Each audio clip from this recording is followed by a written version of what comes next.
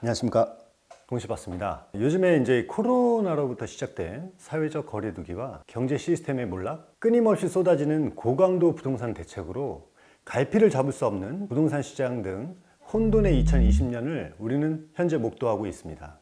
이러한 불안정한 사회 구조는 여러분들에게 큰 돈을 벌어줄 수 있게 해주는 기회가 될까요? 아니면 그 반대가 될까요? 이 정책이라는 것은 이 모든 사람을 만족시켜 줄 수는 없지요. 이 누군가에게는 혜택이 돌아가는 정책이 있을 것이고, 반대로 그 정책 때문에 손해를 보게 되는 사람도 생기게 됩니다. 이러한 이유로 사회의 정책이나 법이 바뀌면 능동적으로 대처해야만 손해를 보지 않고 이득을 얻게 되는 거죠. 현재 우리나라의 부동산 대책은 서울 수도권을 중심으로 세워지고 있습니다. 무심코 던진 돌멩이에 개구리는 맞아 죽는 것처럼 지방에 노후 대책용 부동산을 소유하고 있는 수많은 사람들은 서울 아파트 값을 잡는다는 명분 때문에 갑자기 늘어나는 세금 때문에 불만이 상당할 것입니다. 그렇다면 이런 혼란한 상황에서 돈에 대해서 한번 생각을 해보겠습니다. 한번 기분 좋은 상상을 해보죠. 만약에 여러분에게 현금 1억이 있다면 무엇을 하시겠습니까? 3억이 있다면, 또는 10억이 생겼다면, 여러분들 중 자영업을 하거나 사업체를 운영한다면 매우 요긴한 자금이 되겠죠. 하지만 이 대다수의 사람들은 직장 생활을 통해서 월급을 받아가며 살아갑니다. 월급 생활을 하는 사람들이 갑자기 큰 현금이 수중에 들어왔을 때 할 수 있는 것이 무엇이 있을까요? 흥청망청 써버리는 그런 상황 말고 정말 현금이 들어왔을 때 무엇을 하시겠습니까? 이 누군가는 주식에 투자할 거고, 누군가는 채권에 투자하겠죠. 사업체에 투자하는 사람도 있을 것이고, 카페 같은 프랜차이즈 업종을 오픈하는 것도 하나의 방법이 될 수 있겠죠. 하지만 이런 방법들은 전문가가 아닌 이상 매우 불안한 방법이 될 수 있습니다. 그렇다고 다른 누군가에게 맡길 수도 없는 노릇이고, 결국에 현금은 은행으로 향하게 될 것입니다. 그러면 은행에서는 이자를 주겠죠. 아주 짓거릴 만한 이자를요. 이 돈의 가치는 계속 하락하게 되는데 그냥 은행에만 넣어두면 얼마나 바보 같은 상황이 되겠습니까? 보험에 넣을까요?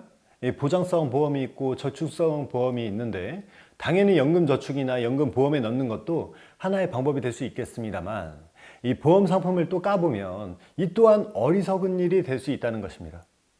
보험에 대해서는 나중에 제가 한번 자세히 원리를 파헤쳐 보겠습니다. 일단 다시 원점으로 돌아가서 당장 여러분은 이런 생각을 하실 것입니다. 땅을 사든 수익형 부동산을 사든 해서 돈을 굴려야겠다.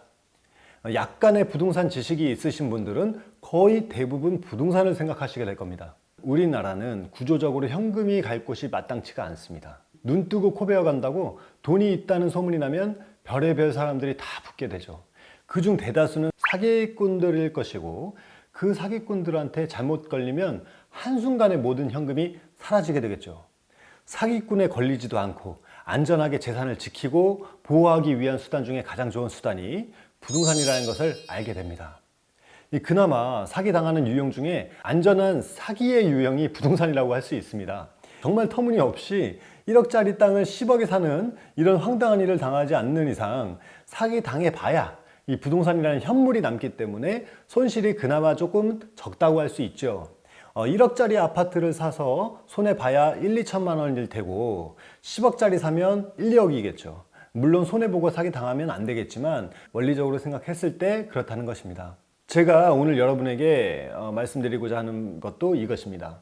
어차피 부동산 법은 세워졌고 이제 피할 수 없게 됐습니다. 이 정권이 바뀌든 생각이 바뀌든 해서 이 법이 바뀌게 되면 또 모르겠지만 한번 세워진 법이 쉽게 바뀌기는 어렵습니다. 그렇다면 우리는 현실적으로 바뀐 법에 대해서 공부하고 연구해야 한다고 생각합니다. 단순하게 생각했을 때 이 부동산 대책은 전부 주택에 초점이 맞춰져 있습니다. 코로나로 인해서 상업용 부동산의 가치는 지속적으로 하락하고 주거용 부동산은 계속 상승할 가능성이 높습니다. 당연하죠. 자영업의 몰락과 상업용 부동산의 몰락은 그 궤를 같이 할 것이고, 재택근무와 사회적 거리두기로 인한 주거용 부동산의 수요는 더욱더 몰릴 것입니다. 더불어서 신축 공급을 막고 있는 현재 건축법도 한몫을 하고 있죠. 저는 여기에 힌트가 있다고 봅니다. 일단 종부세를 피하기 위한 매도나 증여를 고려해 보셔야 합니다. 이미 작년부터 종부세 때문에 매도 및 증여가 이루어진 것으로 알고 있습니다. 친한 지인이나 친척들에게 부동산 명의 이전이 활발히 이루어진 것으로 저는 생각하고 있습니다. 올해도 수많은 거래가 이런 방식으로 이루어졌습니다. 내년 5월까지는 지속적으로 명의 이전이 계속 일어나겠죠. 여기까지가 1단계라고 생각하고요. 다음 2단계는 현재 부동산 대책과 사회 여건 때문에 어쩔 수 없이 하락하게 되는 부동산 품목을 눈여겨보십시오. 그리고 어떻게 가공할 것인지 한번 연구해 보시기를 권해드리고 싶습니다. 부동산 가공은 생각 외로 좀 쉽습니다. 여러 유형의 가공 방법이 있겠습니다만 여러분이 지금 당장 생각나는 것이 무엇입니까? 네, 바로 리모델링입니다. 이 방법을 사용하시면 여러분 입맛에 맞게 여러 유형으로 재탄생시키는 것도 가능하죠. 이것이 무슨 뜻이냐면 현 부동산 대책에 적용받지 않는 부동산으로 리모델링을 하고 다시 매도를 하든 수익형 부동산으로 임대를 놓든 여러분께서 연구하고 공부하면 되는 것입니다. 주식시장이 박스권으로 요동을 칠 때 떨어지면 사고 오르면 팔고를 반복하다 보면 돈을 벌게 돼 있습니다. 오히려 안정기일 때 돈 벌기가 힘든 법이죠. 저는 우리나라 부동산 시장이 향후 몇 년간은 이런 시장이 될 거라고 생각합니다. 부동산 경매 시장도 눈여겨보아야 될 것이고요. 극단적인 예를 들면 모든 방을 전세를 놓고 경매로 손절매하는 사람들도 생겨날 것이라고 봅니다. 결국 그 피해는 세입자가 보게 되겠지만 이런 방식도 생겨날 가능성이 매우 높다고 봅니다.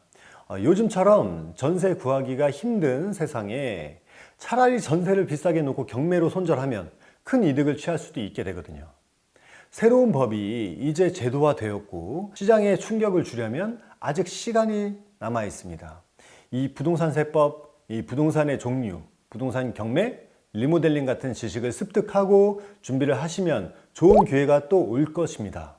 현금을 은행에 넣어두지 마시고 이 혼란의 시장에서 여러분들만의 투자 철학과 지식으로 남들은 돈을 잃을 때 여러분은 수익을 얻는 기회를 놓치지 마시길 바랍니다. 오늘 영상은 여기까지 하겠습니다. 여러분들에게 진심으로 도움이 되길 바랍니다. 감사합니다.